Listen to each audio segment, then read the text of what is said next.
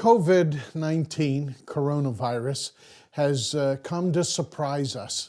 And it's been so unusual this season. It almost feels like a 911 event. We're here today to talk about how we can do church in this social setting and with this health crisis that all of us are facing. And so I have Brandon Martinelli and Mark Geddes with me today. They are our technology gurus. They have all the answers to everything. That may be an overstatement, but they have some answers, and we're going to share some things with you today that we hope and we pray will help you to get through this season and stay connected in ministry to your church family. So, question number one, guys, what are some basics for pastors to do church during this time? First of all, now is a great time to recontextualize what you're doing. And I want to just say that from the get-go, because we're going to talk about a lot of nuts and bolts in this video. But now's a really great time to look at what you do on a weekend and figure out if there's a way to shuffle it around or rebox it in a way that will help your community be pastored in this time. So real basics is having some kind of Facebook page or Facebook group for your church. Figuring out how to take your typical Sunday service and maybe spread some of that content out throughout the week. With some of the mandates we're being given by our government, a lot of people are stuck at home right now. And so they're not just, maybe looking on Sunday for spiritual guidance and, what you're doing. They're looking every day online, on Facebook, on wherever. So I think for starters is figuring out a way to recontextualize. And so we were having a discussion before we started shooting this video about the difference between groups and pages on Facebook. And Brandon, you want to take that? Yeah, for sure. So Facebook is a really useful tool right now, especially with the influx of live streaming and all those needs that come with it. I recently read an article. We have a Facebook group of our own, all the communications directors throughout the nation, and we were reading an article from a Facebook analyst who put Facebook in really good terms and used the analogy of a house. So we look at our Facebook page, and most churches have Facebook pages now, and you can look at it as the front door, right? We have our information, we have our website, all the basic stuff that you want people to know of. And then we use the Facebook Live tool. So a lot of us are using that for our live streaming services, especially right now. And that's opening up the door to the house, right? We're now letting people inside, giving them a look at what the inside of our church looks like and our culture and some of the messages that we're delivering. And then we have the Facebook groups, and the groups is saying, come on into my living room now, and we're going to have a discussion. We're going to be like a living room church now. You know how some of the churches are created initially, they start in a living room. So that's where the importance of Facebook groups comes into play. And there's even a more nitty-gritty side to it where the Facebook algorithm gives priority to those groups, which means that they're going to be showing up on your notifications more, on your timelines more. So really favoring and catering to those groups is going to be really crucial in how your church, your audience is going to be engaging right now. So starting those groups, if you haven't already, I would highly suggest to do that. And once you do that, you can link that Facebook group to your Facebook page. That way people know that they have the option to go ahead and join it. So pages is where, announcements and one-to-many videos happen, but groups is where the real community happens. Exactly. Yeah. And that's what social media is all about. It's not so we can throw every bulletin and event advertisement. It's so that we can be talking just like we are now, and it's a social community, you know? So, Mark, you said something a little while ago that really piqued my interest, and that is pastors don't have to try to replicate Sunday morning worship service on a Facebook format. What did you mean by that? Yeah, well, so we, shooting this video is like kind of the first week after everything, really happened, right? So the Pennsylvania governor limited things, and then the White House limited things. And that first weekend, I feel like all I saw on Facebook was pastors preaching to empty rooms. And they were giving it, they're all preaching to, empty rooms in their live stream, which like they have the infrastructure and they're using it. So now what do we do moving forward? What do we do for the next 2 to 5 to 8 weeks, whatever this is going to be, whatever it's going to look like? It's of my opinion that you can take maybe, however long your service is, an hour, hour and a half, whatever your program looks like, you can take that and you can start to chop it up. If you have a sermon that you want to preach and unpack, and I know so many pastors, like you say maybe 50% of what you wish you could say on a Sunday morning, you wish you could go longer. Well, maybe take that sermon from your service that you'd planned and split it up to 10-minute chunks and film, little videos in 10-minute chunks, not on your stage, not with all the, everything that you have if you have a streaming setup, but maybe do it close to the camera. So here's an example. We're shooting this video in a conference room. This is not, like some studio we had set up. We just decided for the next couple weeks, this conference room is going to be set up like this so that we can, at a moment's notice, create videos and communications that we need to do. So maybe you need to find a space in your church, or maybe even in your home. Maybe even in your home. Maybe sure. even in your home, where you can just kind of be ready to walk in and turn the lights on, or turn the camera on, or whatever, and create the content. So for that, it looks like maybe a worship song as a single piece, as a single video. A morning worship that goes out in the morning for people, or maybe every day. And let me hitchhike onto that. And that is, if you're going to do a worship song, set it up as to why you're doing it. Yes. Tell a story that why this song? Yeah. Why today? Yeah. Why the goodness of God? That's just like my favorite song right now. Okay. It would be so easy to just share how I've been reflecting on God's good, even in the midst of all this craziness, all this chaos, the uncertainty, and so forth. So let's just sit back and enjoy a worship song, and if you know it and you want to sing it, then you're all by yourself in your living room. Nobody's going to make fun of you. Exactly. Yeah. So it's a whole different context. This is different. Yeah. And so it doesn't have to look like a high-level production worship service. No, not at all. I think that by saying that, you might set some guys free. I think I just heard a hallelujah out there. You don't have to be like the mega church production service level. Those places, like the Hillsongs, the Elevations, there are dozens of production and media staff members on the other side of the camera. It's just a different look at how to feed the flock. It's just, sometimes they're out grazing in the field and sometimes they're up to the trough. Here's a different look at maybe how to engage the feeding of the sheep. Not only are we in the midst of an incredibly challenging time, but we also have an incredible opportunity to do things we have not been able to do before. Well, and let me back away from content to then, what if I'm a guy who has never done this before? Mm-hmm. Oh man, where do I even start? Yeah. Do you have any direction for me? Absolutely. So first of all, don't go online and start panic buying equipment, right? If you have a smartphone, you are good to go. And I mean that. I mean, right here, the camera in your hand on your phone is the best camera that you have because it's already in your hand. It's not going to cost you anything.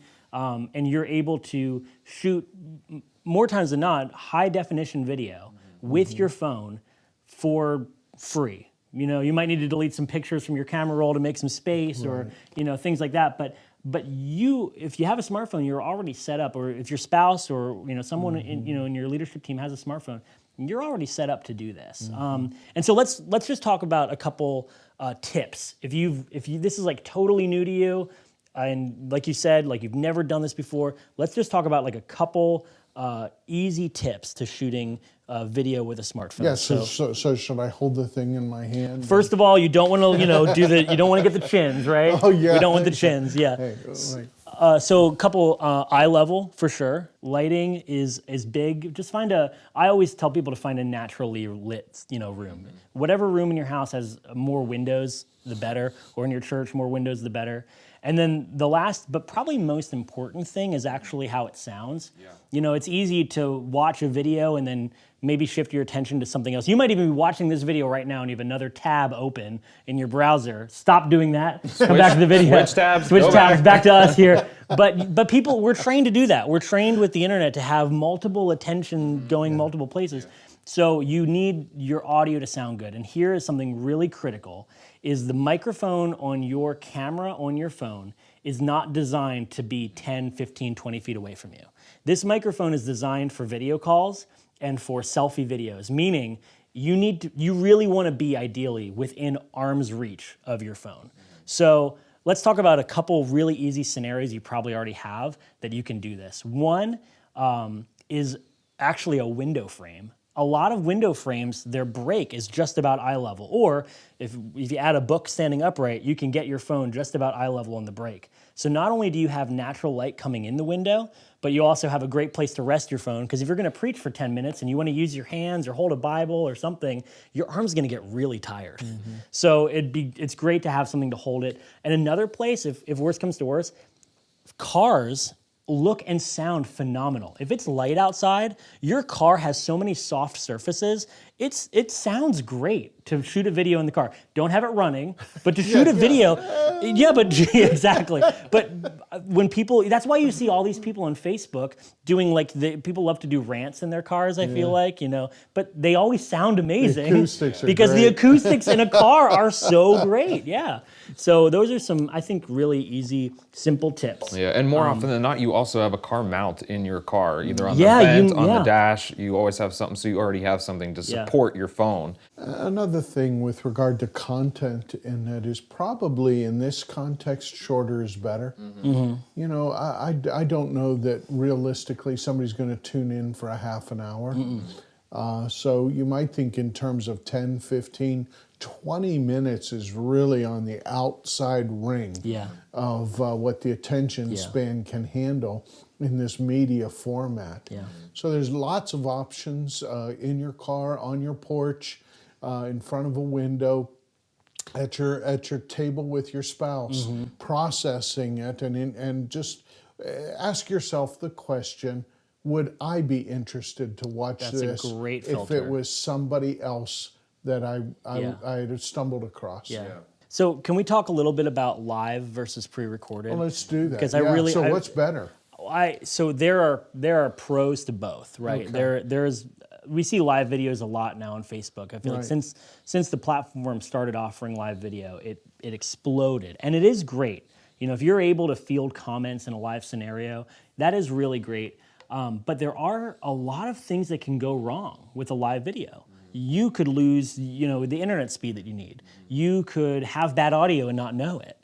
You could, just see an influx of comments or say something wrong and you want to do a retake, but it's all happening live. Okay. And so we live stream church services on a Sunday morning because we're doing a live church service and we're giving people the opportunity to tune in if they're not in the room. But we are ultimately saying, here is a simulated experience of being in the room. Well, your room isn't available, right now, right? So now we can even examine, should we be live streaming? And Pastor, if we can free you, encourage you, I would recommend pre-recording your content to your camera roll and then posting the clips there.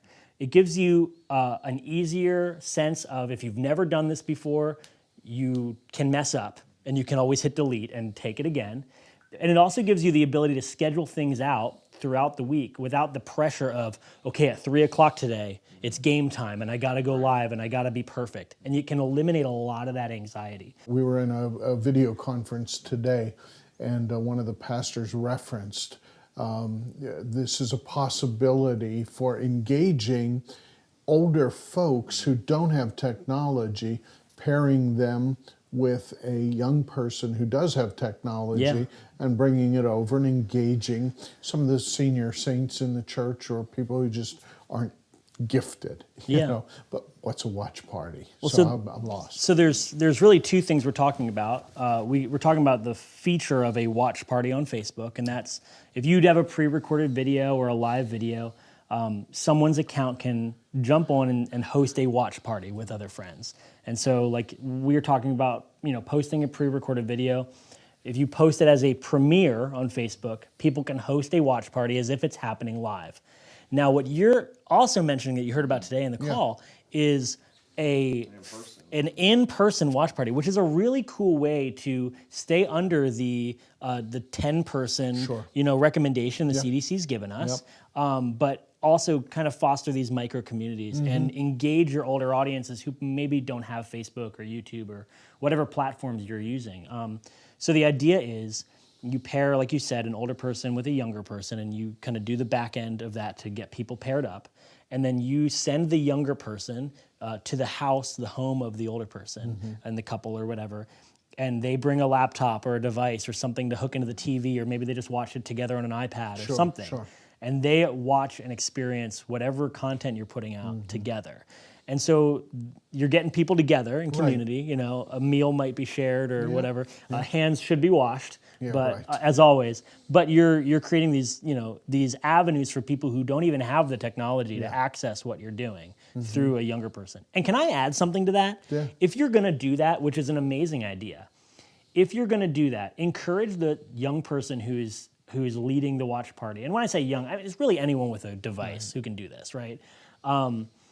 If you're encouraging that person to go over to someone's house who doesn't have access, encourage them also to maybe say, hey, do you need me to pick anything up from the store for you? Those people who maybe are already, it's hard enough to leave the house, or encourage them to help out, because not only are we doing this so we can get our content out and reach people, but we're just being the church. We're being the church, exactly. We're connecting people. It's community. It's what we've been doing for 2,000 years. Yes. So, what's old is new. And I was listening to Rick Dubose talk this morning, and he was saying how that these critical events oftentimes introduce new ways of presenting the gospel that were not previously thought of or available. And so this could be a new opportunity. Who knows what might emerge out of this critical incident that is actually going to bless our senior saints, our younger saints, our churches at large, and the communities. It could just go on and on. I want to come back, though, to the methodology. So we've talked about Facebook, talked a little bit about watch parties. Is Facebook the only way to go, or are there other venues for uploading our stuff? And how easy is it to... There are other platforms that you can use, one of them being Instagram. So if you're uploading videos to Facebook, you do that in hand with Instagram. There's IGTV, so you can upload those same videos to that same library format in Instagram. It's a great way to use it, and you can share it to the stories, and there's all different ways of getting it out there. And there's also the opportunity to do Instagram Live, so operates the same way, just as Facebook does, but just a different platform to use it. Another one is YouTube.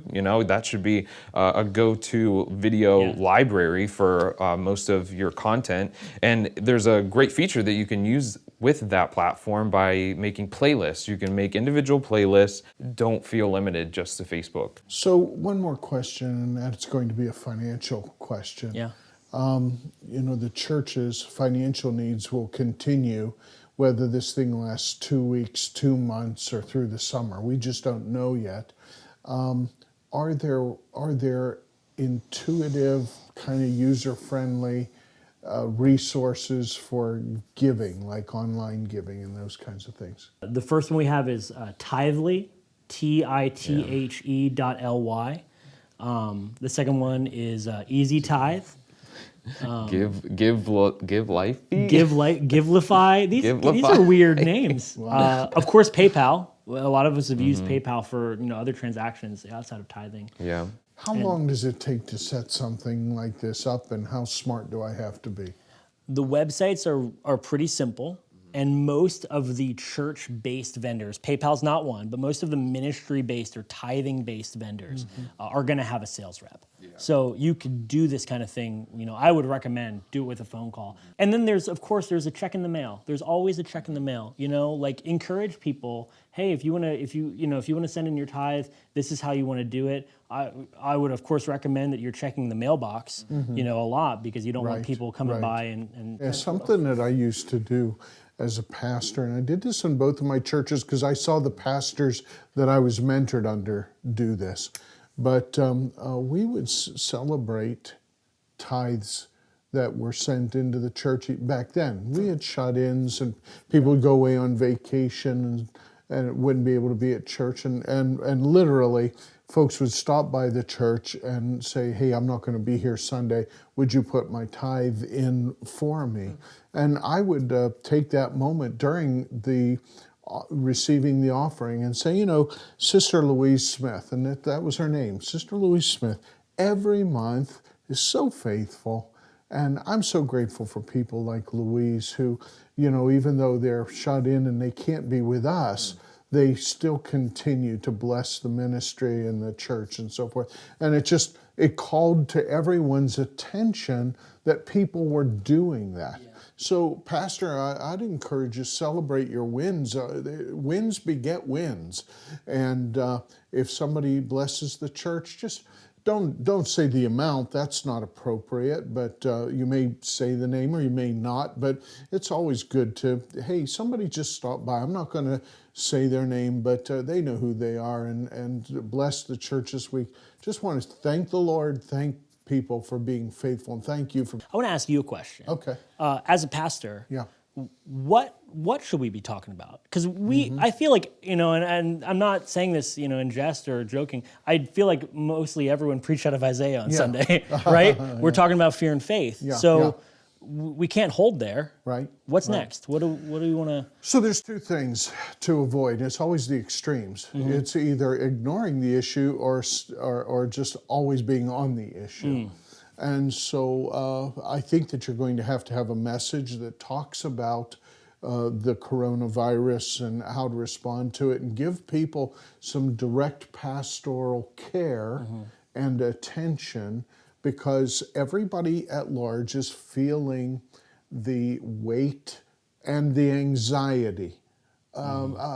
It's not what we know about this thing, it's what we don't know that brings the anxiety. Yeah. I personally, I feel like if I were to get this, I think I could tough it out. I hope I could. If not, I get to go home. That's okay too. I want to live as long as God wants me to live, so I'm going to be smart.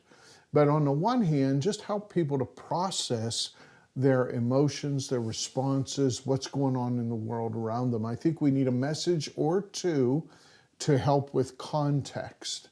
But then we want to look at the bigger picture that isn't specifically coronavirus, and so what about peace in the midst of the storm? What about trusting God for our future? What about I am the God that healeth thee? There are those pieces that will help us get through this, and always, always, always the lost, the person who doesn't know Jesus. Yeah. What bridge can we build between this health event and the person who does not yet know Christ? I want to build that bridge so that other people can cross the bridge and come to faith in Christ. But the one thing to not do, two things not to do. One is to be so anxious myself that I cannot model what I want other people to do.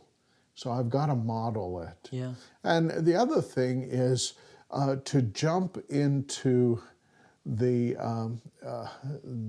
muddy, yucky waters of criticism and suspicion and conspiracy theory. I've read some of the conspiracy theories. I mean, as sure as an event happens, there's some attached conspiracy theory to it. And there may or may not be any truth to it. I don't care. The reality is people are sick. Some have died. this thing could go really sideways and Yeah. those kinds of things. I have to be real and just not being critical of one political party or another, those kinds of things. It just doesn't, I don't know that it helps at all in these kinds of situations. I want my life to be a model of the fruit of the Spirit. And maybe that's even a filter Yeah. that we can use for our outgoing communication. The fruit of the Spirit, you know it, it's love, joy, peace. Does my communication elicit love? Does it exemplify love? Joy? Does it help another person in become a more joyful person? Peace? Does it contribute to people's peace, or does it excite more anxiety? Patience? There's been lines and shortages and tests, kits, and all those kinds of things. Yeah. Patience, kindness. Does what I say reflect a kindness? Goodness and self-control. Oh, that rounds it out, Yeah. you know. So as a pastor, my words right now they tend to be weightier maybe now than at average. And so I would encourage folks a couple of things. One, cooperate with local, state, and federal government recommendations. So they're telling us not to meet in groups larger than 10 people for the next couple of weeks. I think that is advisable. Yeah. And so I support that. And this meeting together is a huge value, but living through this is a huge value too. And I think that God gives us common sense. I heard somebody saying today about Jesus, you know, and he was taken to the high point of the temple, and the devil said, "Jump off," and Jesus said, "Not going to tempt God." And so maybe there's a parallel if we're meeting in groups of 50 or 100 or 200, and we're saying, well, we're going to just trust God. I'm feeling like that's the high part of the temple, you know? Yeah. You know, I trust God too, but I still look both ways when I cross the street. Of course. Yeah. Yeah. I trust God, but I don't know if I trust that driver. So I've got to do my diligence. Yeah. So, hey, you guys have done a great job. There's a couple of things. You said use the technology that's in your hands. Yeah. Yep. Absolutely. Probably not smart to go out and order thousands of dollars worth of equipment. Use what you got. Yeah. Yep. Another thing has to do with content, and that is don't try to compete with the big dogs. No. You know, you don't have to do that. Yep. The reason people come to your church is because they like you. Yeah. Be yourself. Be you. Yeah. Be you. And I'd probably keep it contextual too, you know, like it's your community. Yeah. Pastor your community. Pastor your church, but pastor the community. Yeah. You might want to keep it shorter than longer. You know, that's going to work in your... You don't have them sitting in the pews. Right. You don't have, you have them... And there's a physical dynamic Absolutely. of being in the room together. You don't have that advantage. Yeah. So 10, 15, I can't even imagine 20 minutes right now. 10 minutes is probably your sweet That's your goal. spot. Yeah. It'll go by faster than you think. Yeah, too. yeah. And you can take a message and use it for 4 weeks. Yeah. 3 weeks, 4 weeks. If it's a 3-point message, do 1 point in a Unpack setting. Unpack it. Yep. And maybe get people connected in really small, tight ways, like the watch party. The watch party is a great idea. Yeah. And if you need help, who can I go to for help? You can reach out to either one of us if you have specific questions. And I'm saying this again very seriously. Yeah. Google is like probably your biggest friend. If you've never posted to Instagram stories or Instagram video, or you just want to set up an account, there are so many great guides out there if you just need to learn that. You know, most of the time when people ask me how to do something technically, I'm just going to Google it and send them the link because that's how everyone's learning this stuff, you know. So, Nice. yeah. Well, hey guys, thanks again. Thanks for your expertise. Thanks to you for your availability. Great ideas. And folks, we're here to serve you. And if we can be of service to you, reach out to us. The emails are probably on the screen.